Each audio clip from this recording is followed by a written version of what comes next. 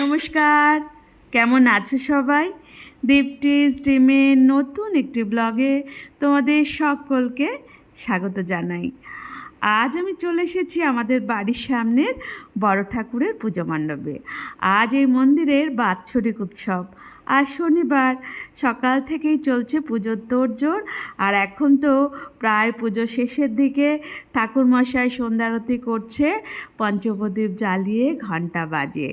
আর এদিকে তো প্রসাদ বিতরণী চলছে। দেখো সামনেই ফল প্রসাদ দেওয়া রয়েছে, সবাই একে একে নিচ্ছে।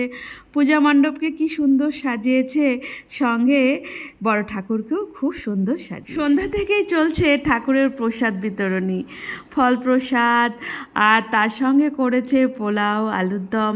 কত মানুষ এসেছে, ফল প্রসাদ নিয়েছে। এখন তো বেশ অনেকটা রাত হয়েছে, প্রায় 9টা, 9:30। এখনও দলে দলে মানুষ আসছে, প্রসাদ খাচ্ছে।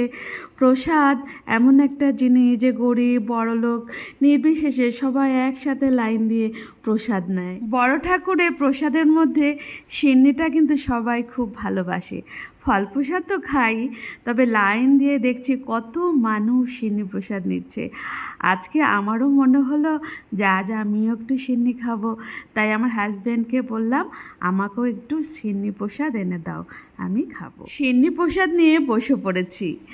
আজকে সিন্নিটা কি বলবো, খুব ভালো লাগছিল আমার, এত ভালো, ঠিক আমার মনের মতো। সিন্নি প্রসাদের মধ্যে দিয়েছে কলা, তার সঙ্গে দিয়েছে আমুল দুধ, আর মিষ্টিটা একদম পরিমাণ মতো, না খুব কড়া মিষ্টি, না খুব হালকা, একদম মিডিয়াম, যেটা ভালো লাগে।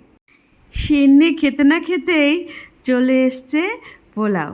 চলো এবার পোলাওটাও খেয়ে নিই। বাহ, পোলাওটা দেখতে যেরকম সুন্দর, খেতেও কিন্তু সেই রকম টেস্টি হয়েছে। আজকে সিন্নি পোলাও দুটোই খুব ভালো লাগছে। ওই যে বলে ভগবানের নামে যা কিছুই হয় সবটাই কিন্তু খুব সুন্দর হয়। তো আজকে তো রাতের খাওয়া আমার হয়ে গেল, যা খেয়ে নিলাম, রাতে আর কিছু খেতে হবে না। তাহলে বন্ধুরা আমি ঠিকঠাক করে খেয়ে নিই, তোমাদের থেকে নিয়ে নিই বিদায়। আবার দেখা হবে অন্য কোনো দিন নতুন কোনো ভিডিওতে। তাহলে আজকের মতো টাটা টাটা।